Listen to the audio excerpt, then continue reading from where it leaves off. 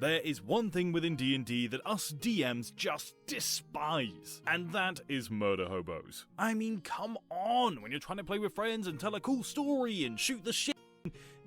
I'm not allowed to say that yet, am I? Fuck. When you are trying to play D&D, it is not fun having your NPCs killed on the spot by one of your PCs. Of course, your player characters are more important than a lot of the NPCs within your campaign. However, it is never fun to have somebody just running around your world, causing chaos, killing people at complete random just to get their way. And today's story is one such player just like that. The twin tales of Jack, the wannabe witch hunter, played by a Powergaming Manchild Murderhobo.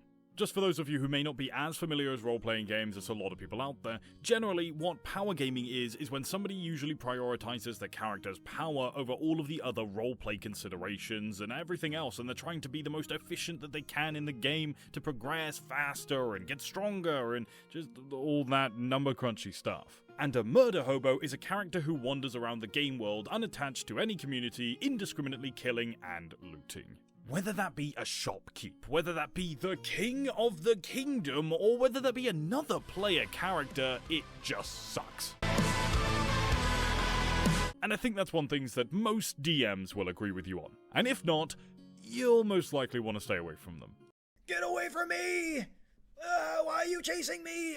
They're probably more unhinged than a naked bard in a gladiatorial arena fighting against his one and only nemesis, an epic and towering ancient red dragon known as the Mother of Flames, or as your bard has probably called it by now, the Hot Dragon Mummy. Dibs, by the way. No, shit!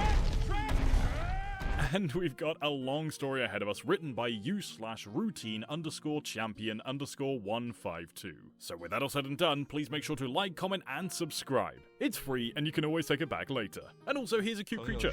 No, not you, back in your cage. Let's just get on with the video. You saw nothing.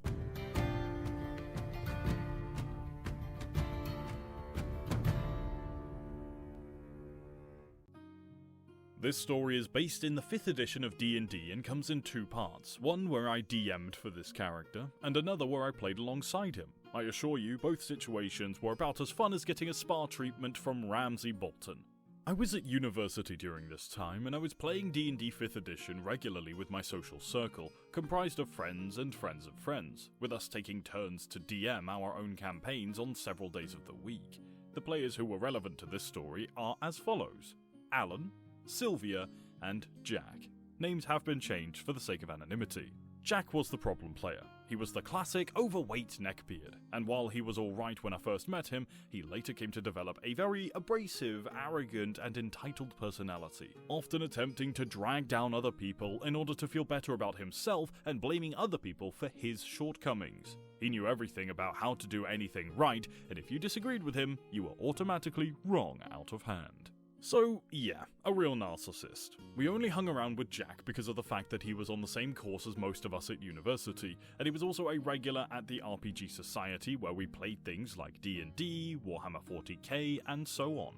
I had played D&D with Jack once before, and for the most part during the game, he was alright. Not great, but he didn't engage in the behaviours he'd later become infamous for. So, when the RPG Society at our university closed due to COVID-19, even though lockdowns were over by this point, I decided to try and get a D&D group together. However, since several other members of our social group either had their own D&D games by this point, or just had other obligations, only Alan, Sylvia, and Jack were available. Since he'd been an okay player in the past, I figured that it would be okay to let Jack join at least for this, despite his irritating personality. A mistake I regret to this day. Our first game as a group was DM'd by me, and we started at level 3. The other players turned in their characters and backstories one by one before we turned up for session 1 at our LGS, or local game store. Sylvia played a female water genasi warlock of the Great Old One Pact. She was the sage background and had the Pact of the Tome feature, and her reason for adventuring was that she received a weird book from a dead colleague, her Tome of Shadows, that had bonded to her and given her magical powers. She was now travelling around the world to meet with fellow scholars in hope of uncovering what the book was and where it came from. Alan played a female protector Aasimar monk of the Way of Mercy. His character was of the Acolyte background, and she was drawn to the place where the campaign started due to visions that the god Palor had been sending her in her dreams. Jack turned in his character last, and he had a character concept that I thought was kind of interesting.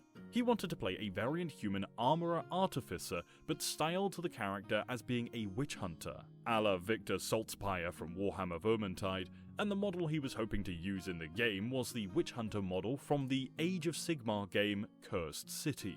But I understood both shiny model syndrome and being inspired by a different character, so I allowed it. But I did make it clear that I wouldn't allow him to just go around purging everything that he disliked. I said that in jest at the time, but little did I know. I also asked him for his character's backstory, as I did make it clear I wanted backstories for each player character, since this would be a roleplay focused game.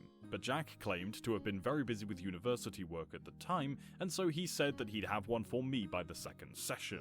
I gave him the benefit of the doubt, as I was sympathetic to being overworked at uni, plus I preferred that he actually have the time to work on a backstory he was happy with, instead of being forced to hash one out very quickly.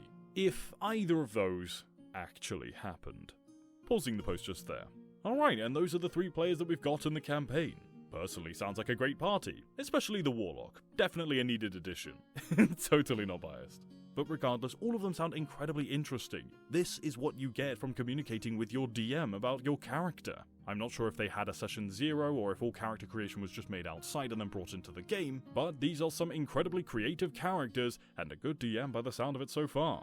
About the backstory though, I very much understand that people can get busy, and of course it can sometimes be seen as an excuse, but at the end of the day, as much as I hate to say it, D&D is just a game and life does come first. What I usually like to enforce with newer players or people who aren't necessarily used to my DMing style is at least a 3-session breakdown. What that means is that preferably I'd like everybody's backstories to be in before we start the campaign. However, if that's not possible or applicable, then I prefer it to be given by at least session 3.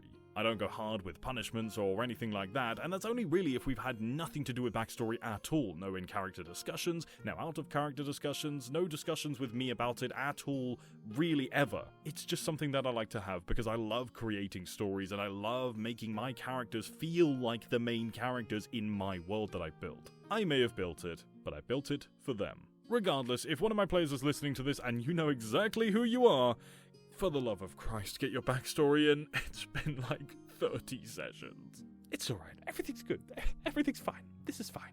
But enough about my struggles, let's move back onto Jack's. The game began with 3 characters as passengers on a ship together. A ship that would end up being caught in a storm, getting shipwrecked, and leaving the players deserted on a small, swampy island that hadn't been charted. But even before the wreck, where I gave players time to introduce their characters and start interacting with each other, Jack started causing problems. The first thing he tried to do was accuse Sylvia's character of being a witch for possessing a spell book, citing, "All arcane magic is witchcraft and it must be purged," in a voice like a Count Frollo wannabe.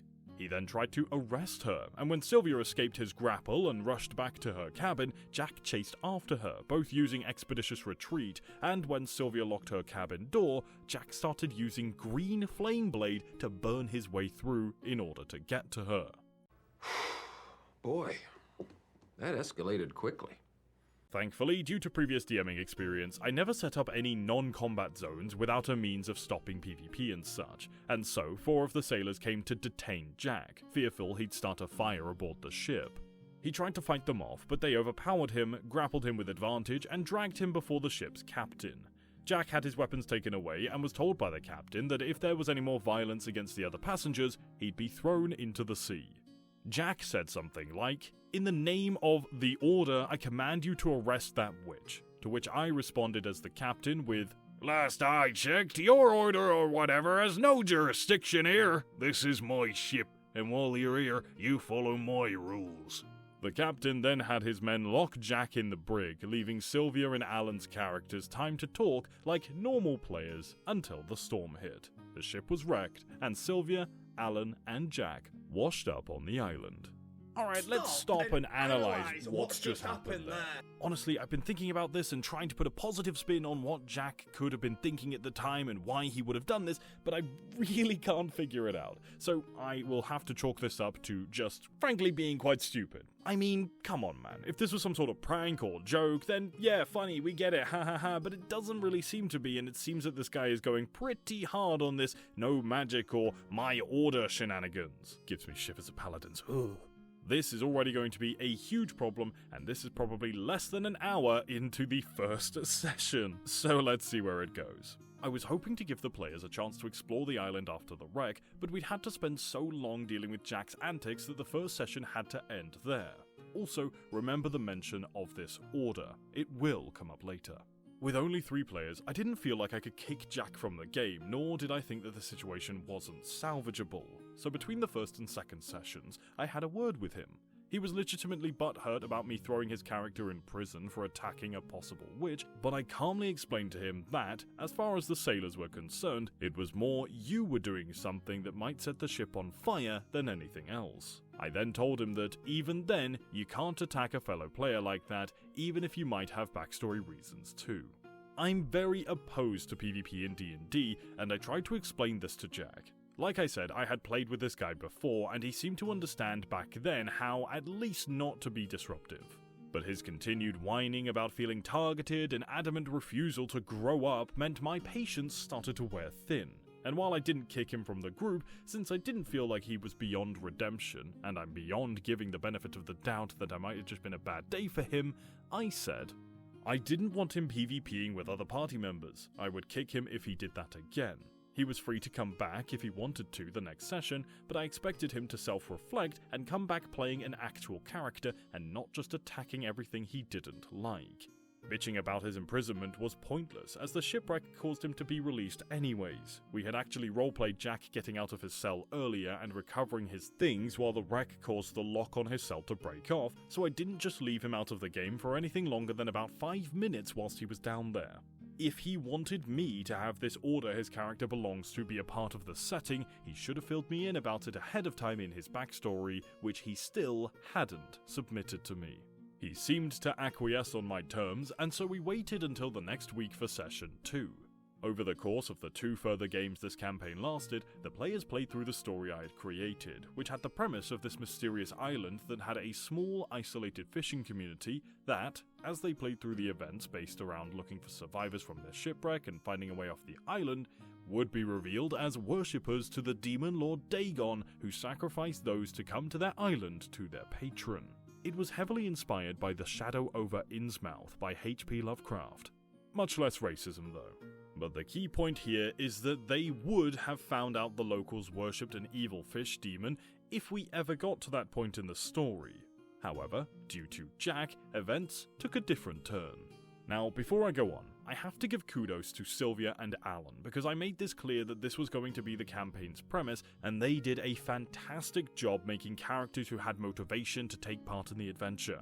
I had plans for Sylvia's character to discover that her Tome of the Shadows was actually a relic of Dagon, and that later on, she was going to realize that her powers came from this eldritch terror.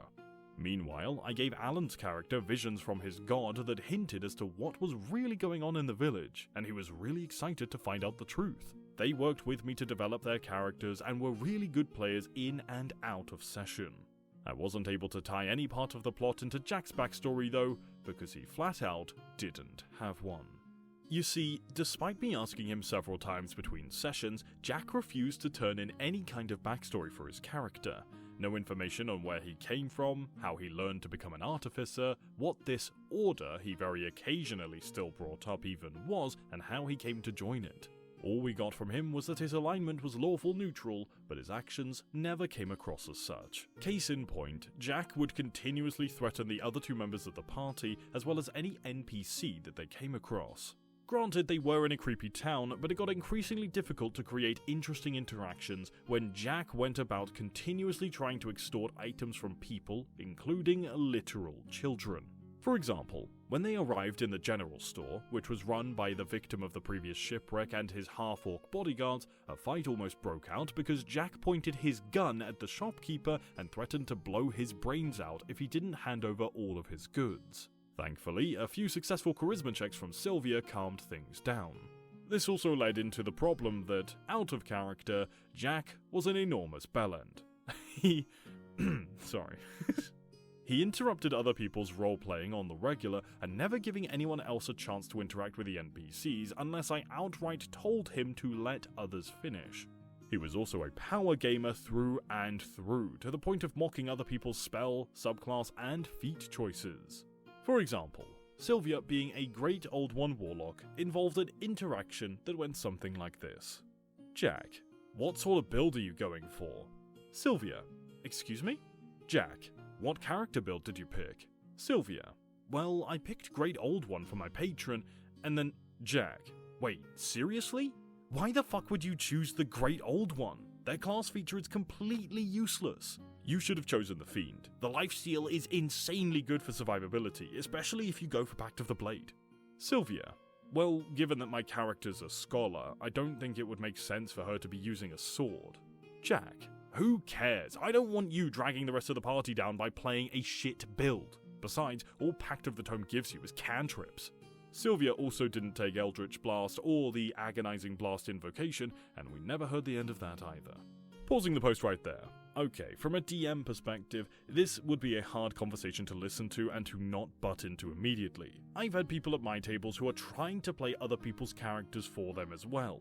It was ridiculous. It started giving me as the DM burnout, and it started making other players very self-conscious about their choices. Thankfully, I've now got a group of amazing players who, yes, can be assholes at times, but overall, they are a group of fantastic players who are really into the world and don't pull shit like this. But anyway, from a player's perspective, I have also played a character like this. In fact, this cute little fella, hey that's me, was actually a Celestial Warlock that also didn't take Eldritch Blast or Agonizing Blast. Funnily enough, they were also a Pact of the Tome. He also had an incredibly high voice, something that sounded a lot like this. Very difficult to keep up for 3 to 4 hours at a time. Regardless, the point there is let other people play their characters. Only in certain situations, such as if they are a new player, but only really specifically when they are asking for opinions, should you give yours. Now back to the post. Also, as a side note, whenever Jack talked about what he was doing in character, he liked to emphasize how ugly his witch hunter was as a person, describing him as being a jaundiced, middle-aged man who never took his wide-brimmed hat off, with deep sunken eyes, a missing ear, and crooked teeth. He also liked to talk about how Jack constantly smelt of beer, tobacco, and garlic, and never washed, mentioning such when climbing out of the ocean after the shipwreck. I mean, don't get me wrong, it was great to have a physical description, but he kept doing that almost incessantly, and I legit have no idea why. All of Jack's problems all culminated on the second day of their time spent in the village, where the locals all gathered in a holy festival to honor their local sea god, secretly Dagon, but the party didn't know this yet. While the villagers had been nothing but friendly to the party, Jack saw the gathering through the window of the local tavern and said in character, I move past the innkeeper to the inn's kitchens and start rifling through the supplies she has. Me. Okay, are you sneaking in or Jack? 16 for investigation. Me. Assumes he's not sneaking in. Alright, well, as you go into the kitchen unbidden, the innkeeper follows after you and asks what on earth you think you're doing. Jack. I shoot her. Sylvia and Alan were confused and in shock, telling him not to do this, but I secretly was 100% in favor of this. I'd been looking for an excuse to get rid of both Jack and his character, and in the moment, I was like, yes, this is my time for sweet revenge. The wrong thing to do? Probably, but it had led to a supremely entertaining sequence of events. I let Jack shoot the innkeeper, and shortly after she fell dead, a few of the village fishermen came rushing in to see what had happened, and Jack responded by casting Thunderwave, blasting the villagers back and creating a great gaping hole in the side of the tavern. Obviously, everyone gathered in the town square heard this, and I had it so that the remaining local fishermen ran to get their harpoons before suddenly surrounding Jack. The village mayor gave him a chance to surrender, but Jack basically declared that he didn't surrender to deviants and savages, and that he was going to take joy in burning the entire village to the ground with everyone in it. One round of initiative and 30 javelins later, he was singing a different tune.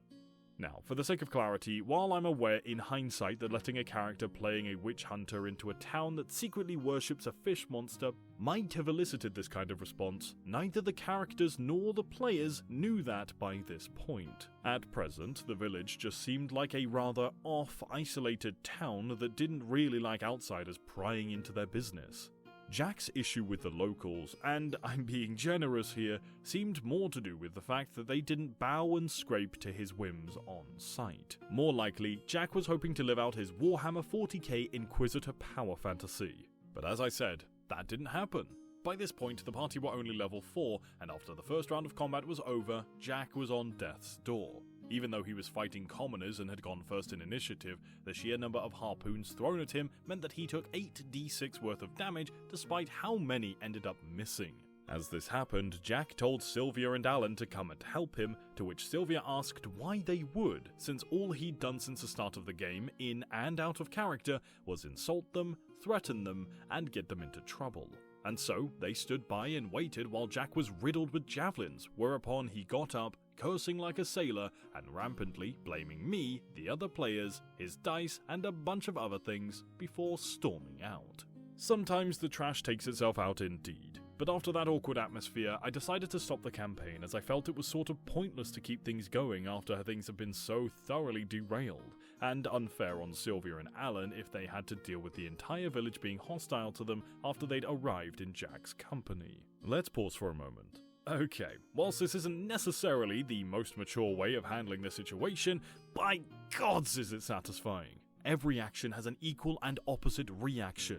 Actions have consequences, fuck around, and find out. And that's exactly what Jack did before taking it like a wimp and storming out. Alright, that might have been a little too harsh, but you've got to admit, Jack brought this upon himself. What he did throughout the entire of the 2 sessions that were available in this campaign was just ridiculous. I'm not sure if this is what he intended to do, or if he just wanted everyone to be knelt down groveling at his feet. But he pretty much made an enemy of everybody that he could have. Everybody that came into his path, he was extremely hostile to, for seemingly no reason. The only person who was seemingly saved from this was Alan, so good for you, Alan. Alan! Alan! Alan! You have to deal with the consequences for your actions, and if you can't do that, well, much like Jack, you should probably walk out. But anyway, back to the post. The 3 of us remained in touch though, and a few weeks later, Alan announced that he wanted to try being a DM for the first time, and asked if I'd be interested in playing.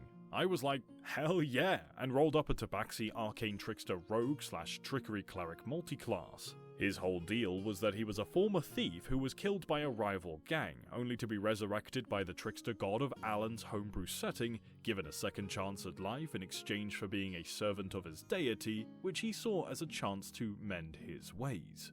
Starting at level 5, Sylvia rolled up a cleric of her own, a human light cleric, and a new player, Will, played a wood elf dex build Battlemaster fighter. We gathered at our LGS once again, and it seemed like we were all ready to go, and until Alan mentioned that we had a 4th player coming and that he was going to be slightly late. 3 guesses as to who it was and which character he brought to the table. Go on, I'll give you a second.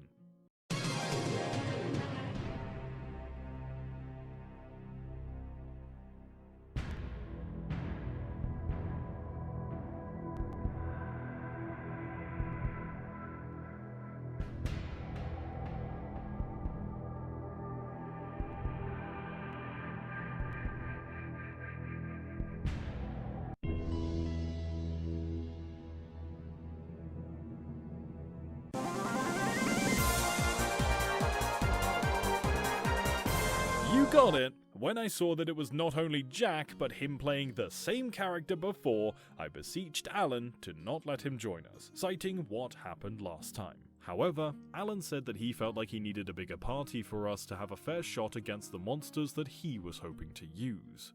Turns out, the biggest monster Alan brought to the table was the one inside our own party, because even in the first session of the campaign, Jack threatened both mine and Will's characters, saying he'd happily kill us if we step one toe out of line. He also threatened a local 12-year-old into running errands for him or die. And when we went into hospital, Jack was completely willing to shoot the people in their sickbeds, citing, "These people are weak, they deserve death." And then, later on, after the Duke of the town the story took place in gave us his seal and employed us, things just got worse, culminating when Jack literally burned down a butcher's place because he didn't like the fact that the proprietor was a gnome. While I can't confirm this, having been there, I get the distinct impression that Jack was using Alan's inexperience as a DM and conflict-averse personality to get away with things that most DMs would put their feet down on. Will, Sylvia, and I got sick of Jack's antics and just flat-out ignored anything that he said during the game. We also started spending time mocking his character to his face between story beats, including me using the actor feat at one point, something Jack had called me stupid for taking, to mimic him, then using minor illusion to throw my voice to make it sound like he was saying stupid things. Okay, let's pause the post just there.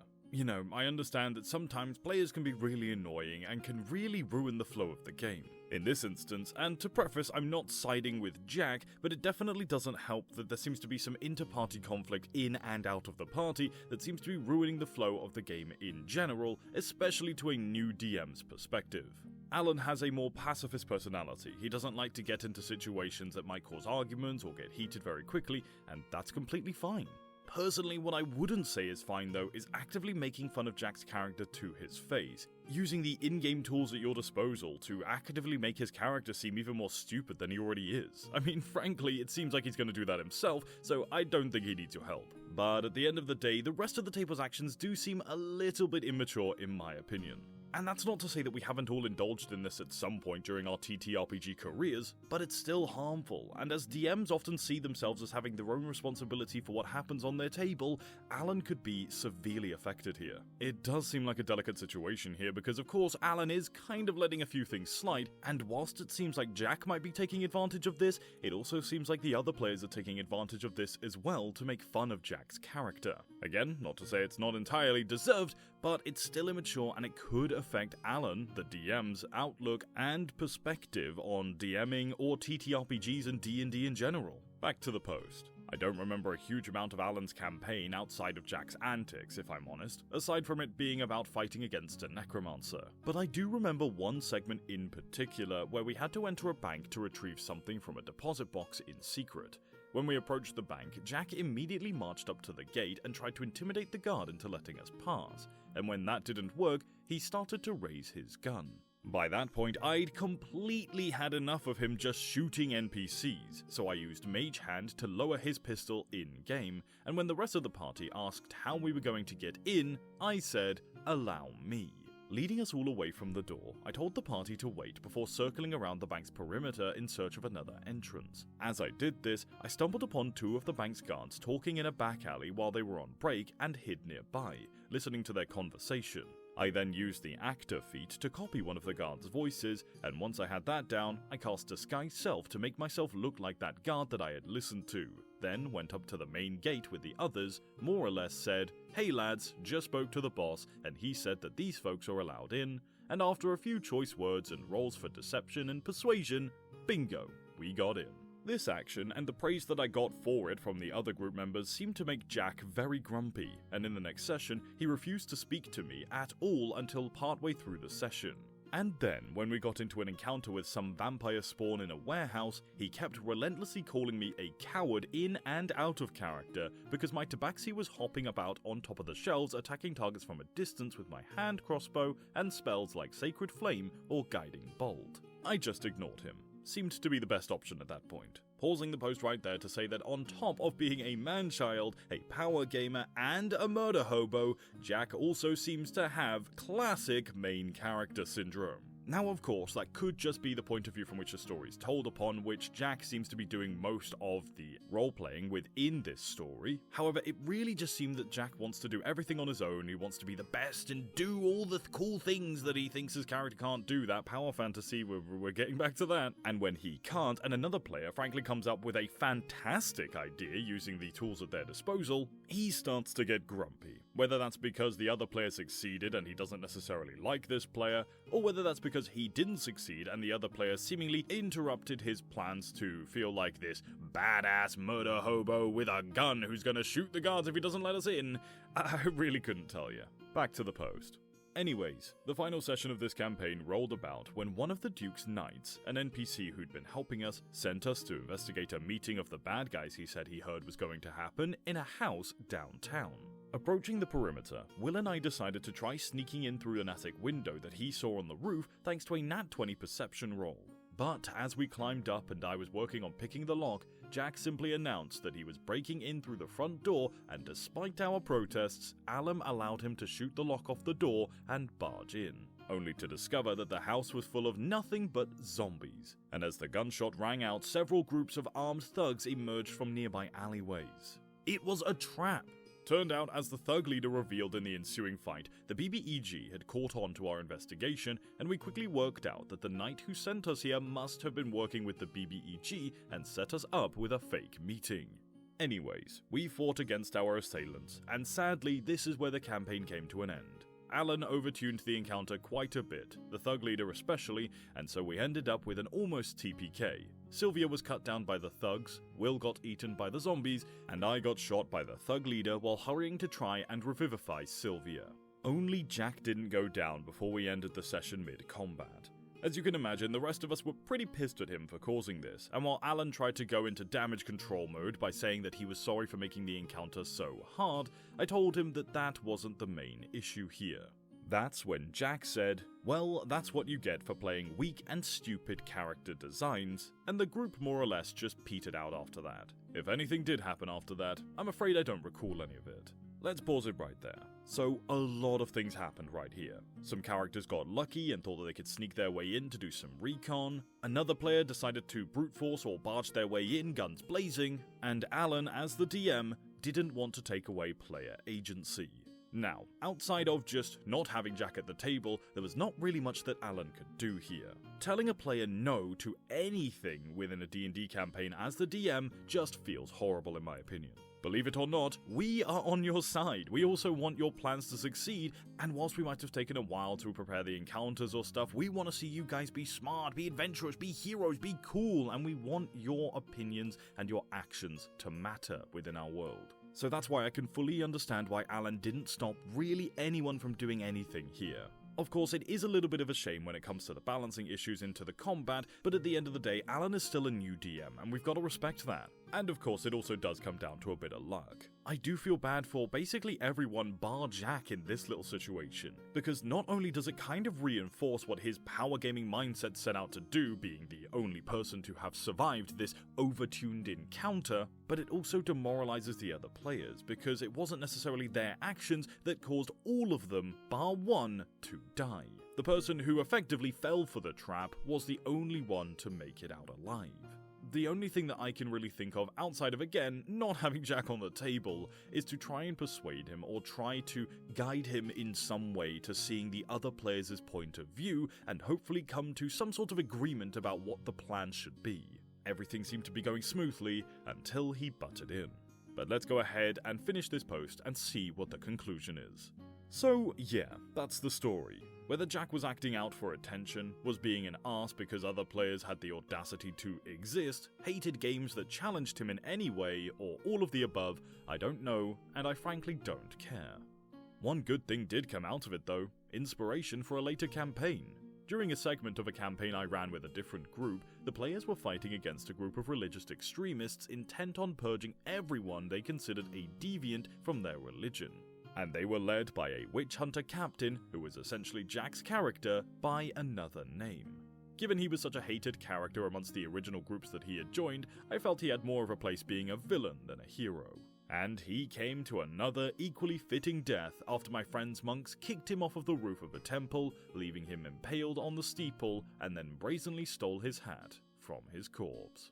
Whew, what an end to the story this has been. It's great that people could find catharsis in the idea of Jack being a villain and then eventually hunting him down and killing him. As if we're honest, Jack was always a villain. Or at the very best, an anti-hero. But I think that's stretching things just a little too far. With some closing remarks, we can all learn from people like Jack. I think a lot of DMs will agree with me when I say this, but be the antithesis of Jack and you'll be a great player. When I say interact with the world, I don't mean kill everything within it. There are times and places where power gaming, murder hobos, and manchilds, and main character syndrome characters can be a part of a campaign and can be a solid addition to it, but that really needs to be discussed at session 0.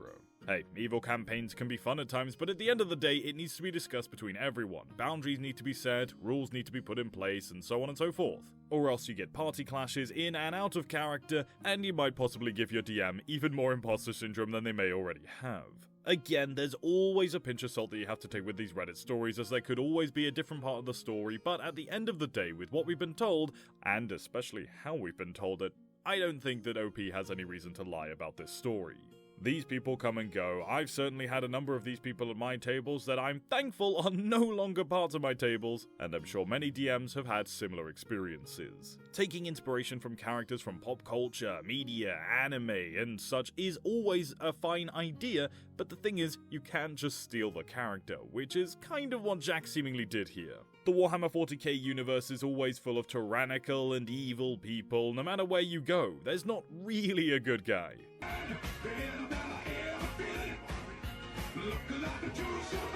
And that might be why it doesn't translate that well into D&D 5th edition. Having said that though, I don't necessarily think that the idea that Jack had for the character is wrong, I just think the intent and execution behind it was far misguided. Had he conspired and talked with the DM about where his character wanted to go, what his backstory was, yada yada yada, this whole situation could have been solved. And of course, at the first part of the story when OP was the DM, there could be something said about the fishy island, no pun intended. But unfortunately, Jack wasn't just being smart there and figuring out that this island was full of a cult that wanted to sacrifice people who landed on their island to their god, but rather he wanted to intimidate, play into the power fantasy, push everyone over, walk over them and use them like a rug, and most specifically, win, by any means necessary. So I'll leave you with this. I remember when I was younger, I would always go and play D&D on a Sunday. I would come back home, and the first question my parents would ask me was, "Did you win?" Are you winning, son? And they asked it every single time I came home, and it really started to make me think. There is really no winning at D&D. Of course, there are wins throughout the campaign, but in the two scenarios where people win, aka the player wins or the DM wins, the campaign ends. And why would you want that? So, no to anyone out there, I never win at D&D. But at least I always feel like I'm winning with the players I've chosen.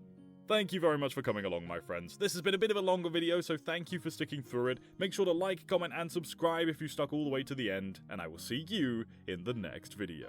Ciao for now. Ay, ay, ay.